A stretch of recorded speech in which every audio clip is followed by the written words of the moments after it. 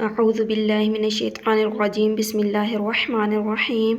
अस्सलामु अलैकुम वरहमतुल्लाहि वबरकातुहू। आज का हमारा लेसन है खड़ी ज़बर, खड़ी ज़ेर और उल्टा पेश। इनको कैसे अदा किया जाता है और इनको कितना लंबा किया जाता है। हम अपना लेसन स्टार्ट करते हैं।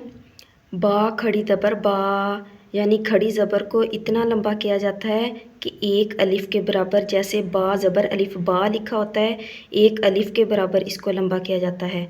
बा खड़ी ज़बर बा, बा उल्टा पेश बू, यानी उल्टा पेश इसको वाव के बराबर लंबा किया जाता है, जैसे बा पेशवा बू लिखा होता है।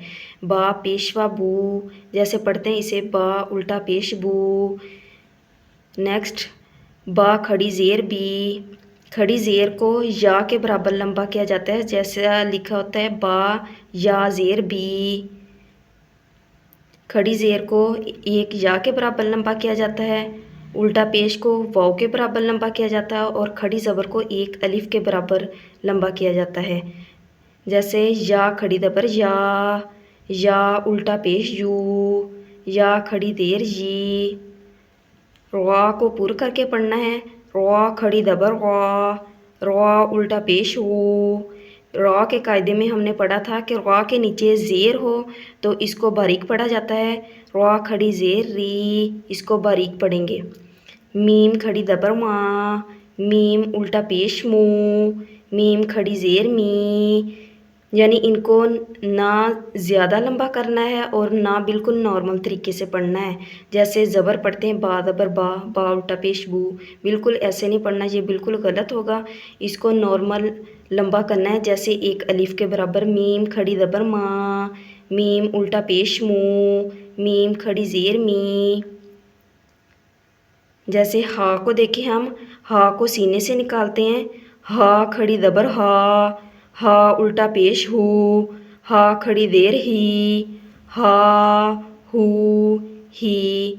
आइन को गले से निकालना है। आइन खड़ी ज़बर आइन उल्टा पेश ऊ, आइन खड़ी ज़ेर आई। गाइन को देखें, गाइन के लिए मुंह गोल किया जाता है। गाइन खड़ी ज़बर गाइन उल्टा पेश गू, गाइन खड़ी ज़ेर गई। हमने खड़ी ज़बर को पढ़ा कि एक अलिफ़ के बराबर लंबा किया जाता है और उल्टा पेश को पढ़ा कि एक वाव के बराबर लंबा किया जाता है और खड़ी ज़ेर को पढ़ा कि या के बराबर लंबा किया जाता है।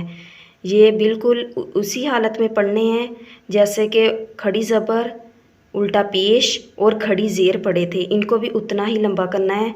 ये हमारी नेक्स्ट तख्ती है, इसको भी हम इसी में करते हैं, इसी लेसन को हम आज करते हैं। बा खड़ी ज़बर बा पेशवा बू, बा या ज़ेर बी। सा को पढ़ें तो सा को पढ़ने के लिए ज़ुबान की नोक को दोनों दांतों के दरमियान रखा जाता है। सा ज़बर अलिफ सा पेशवा सू, यानी सा को नरम करके पढ़ा जाता है। सा या ज़ेर सी। हा को हलक से निकाला जाता है। हा ज़बर अलिफ हा पेशवा हू, हा या ज़ेर ही। ख्वा को पढ़ने के लिए मुंह को गोल किया जाता है। ख्वा ज़बर अलिफ ख्वा पेशवा खू, ख्वा या ज़ेर खी। रवा के ऊपर ज़बर है तो इसको पूर करेंगे। रवा ज़बर अलिफ रवा पेशवा रू। रवा के नीचे ज़ेर है तो रा के कायदा में हमने पढ़ा है कि नीचे ज़ेर हो या खड़ी ज़ेर हो तो रा को बारीक पढ़ा जाता है। रा या ज़ेर री, इसको हम पढ़ेंगे रा या ज़ेर री। ये होगा रवा ज़बर अलिफ रवा पेशवा रू, रा या ज़ेर री। नेक्स्ट ज़ा है, ज़ा सीटी वाला हरूफ है, इसको ज़ा ज़बर अलिफ ज़ा, इसको सख्ती से पढ़ेंगे। ज़ा पेशवा ज़ू, ज़ा या ज़ेर ज़ी। जब ज़ुबान की नोक को हम अगले दांतों की जड़ से लगाएंगे तो हमारा था सही तरीके से अदा होगा।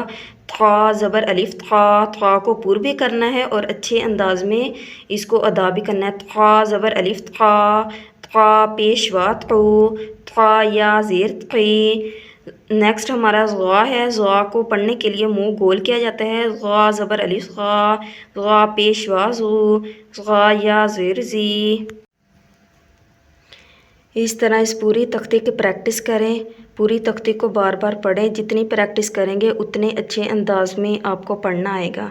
तो नेक्स्ट वीडियो में इंशाल्लाह हम खड़ी ज़बर, खड़ी ज़ेर, तनवीन और मद्दो लैन किस तरह अदा करते हैं, और जब ये एक ही लफ्ज़ में सब इकट्ठे आ जाएं तो इनको किस तरह अदा किया जाता है और किस अंदाज में पढ़ा जाता है, और तलफ़्फ़ुज़ के साथ इनको कितना लंबा किया जाता है, तो इन सब के बारे में हम पढ़ेंगे इंशाल्लाह। अब मुझे इजाज़त दें। अल्लाह हाफ़िज़।